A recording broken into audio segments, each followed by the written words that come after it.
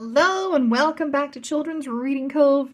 This is Chapter 5 of Dragon Master's Search for the Lightning Dragon. Chapter 5, Diego's Magical Cottage. Drake blinked his eyes. He was not inside King Roland's castle anymore. He was standing on top of a hill with Diego and Worm. The bottom of the hill sloped down to a beach of white sand. Beyond that, Drake saw blue water that stretched from the shore to the sky. His eyes got wide. Is that really the ocean? Yes. Your first time, is it? Diego asked. Take a deep breath. Smell the air. There's nothing like it. Drake did as he was told. The air smelled like salt and wind. It smells clean, Drake said. It's good for the lungs, Diego said. Come, let's get you settled. Then he turned and shuffled up the hill. Drake and Worm followed the wizard to a large cottage. It was made of bricks and wood and had a mostly straw roof.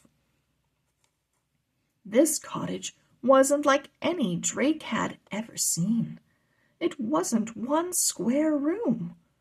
This one was a rectangle with another rectangle stuck to it, and another, and another.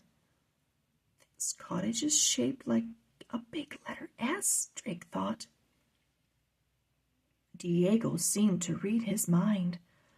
I had to add rooms onto my cottage.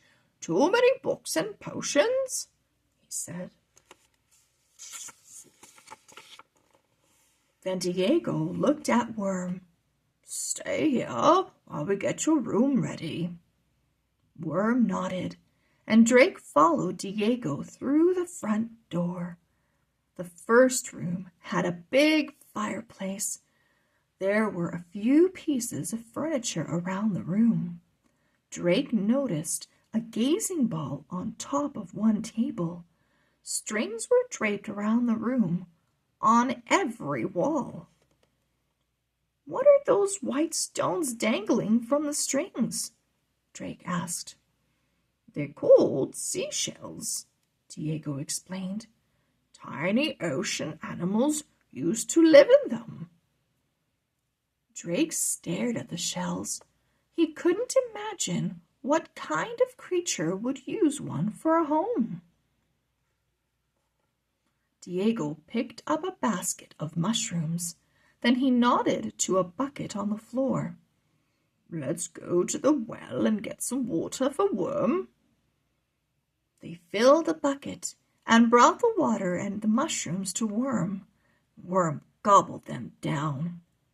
I'll make us some lunch, too, Diego said. Shouldn't we be looking for Carlos? Drake asked. Ah, yes, said Diego. You see, the coast is very big.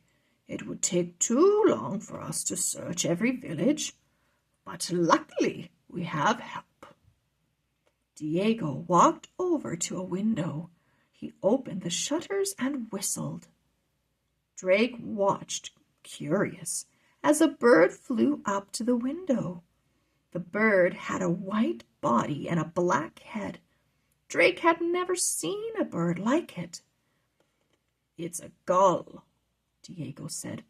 I call him Bob.